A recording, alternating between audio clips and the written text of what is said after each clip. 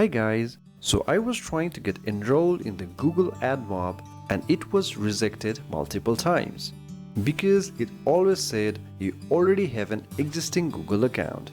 I closed AdMob, tried from that account too, and again it says you already have an account pointing to this account, so I could never go through.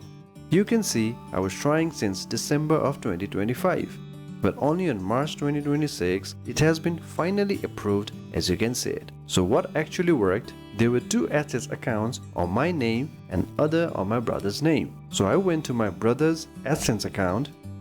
So this is the Google Adsense account. Please note, this Adsense account is totally registered to a different person, different tax information and everything. Not sure why this happened. Maybe we have been sharing PCs, internet, network, unsure. But it was not possible to get enrolled in AdMob.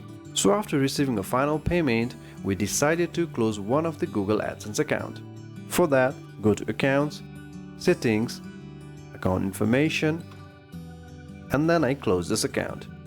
First, I tried by only closing the Adsense account, but later closed the Adsense account for YouTube as well.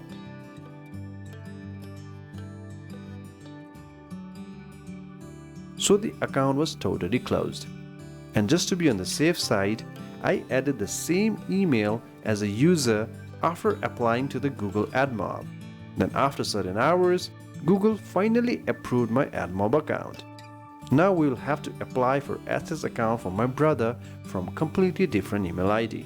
Anyway, so if anybody is having issues or trouble with duplicate account, only closing AdMob account will not help.